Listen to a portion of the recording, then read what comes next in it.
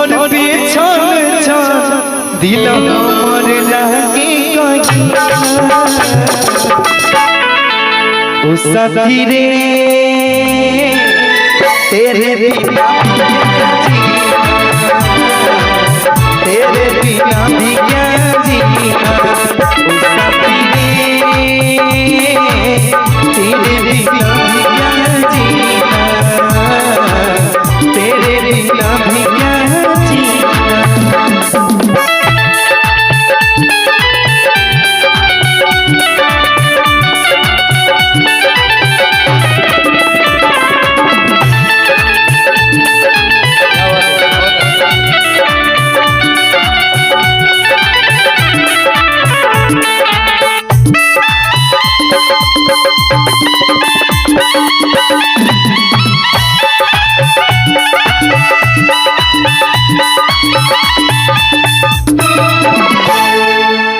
जिंदगी लागे जन्नत जैसा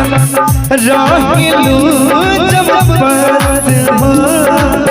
बतिया से जुड़ल जिया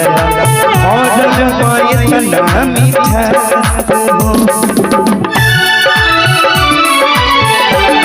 जिंदगी लागे जन्नत जैसा रहलू जब पास हो बतिया से जुड़ल जिया और इतना मीठा सपना हमके अपन दिखा के आशिक अपन बना के हो गइल क्या कसूर कहीं ना वसीयत बता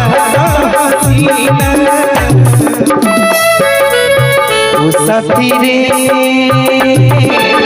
तेरे बिना भी क्या जीना तेरे बिना भी क्या जीना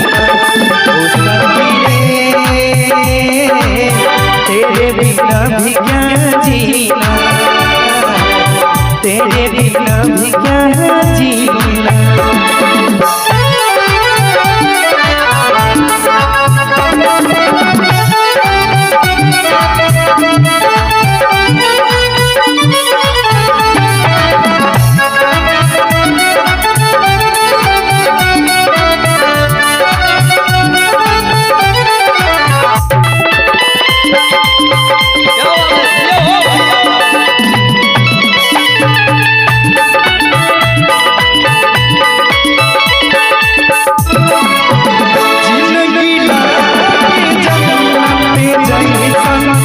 रहलू जब पास हो बतिया से जुड़ल जिया और इतना मीठा हो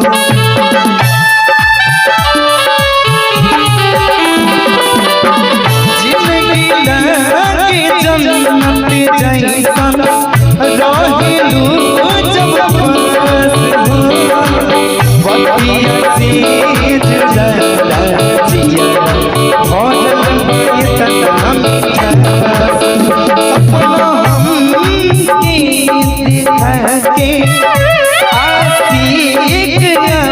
बना के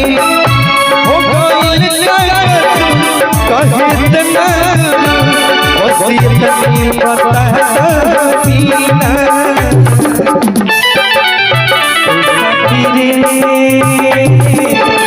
तेरे बिना भी क्या जीना तेरे बिना भी क्या जीना ओ साथी रे